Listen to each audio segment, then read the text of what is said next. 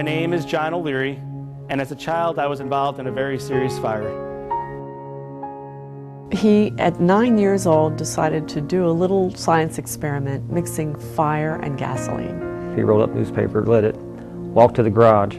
He laid the paper onto the floor. He was going to pour the gas onto the paper, and the explosion happened.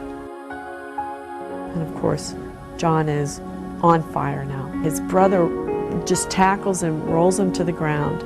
After his older brother, rolled him in the snow and put him out, and he was sitting there. He made a choice right there then that he was going to live. Why in one day would we choose death, and in the second day we celebrate life? What's the difference between John and someone else who's suffered burns is, I think, attitude, heart, spirit. There are some people in life that you run across that you're just taken aback by looking at their positive attitude, and when you hear their story, you can't believe that they have the attitude that they have, and that's John. So the question is, how can we rise above these fears every time?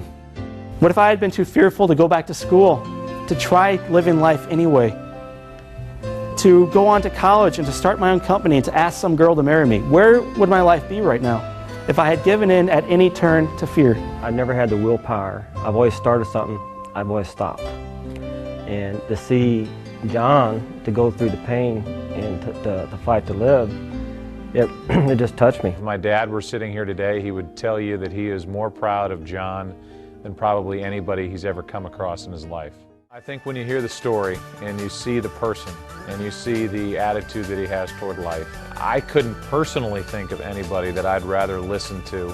In life, don't let some person or some silly acronym tell you that you can't achieve something. If you want to make something happen in your life, make it your goal and make it happen. From the attitude on down and from his life now compared to his life as a young person, I mean, who better would you have to come in and talk to a group of adults or kids? If somebody can't learn something from his lesson, then they're not listening.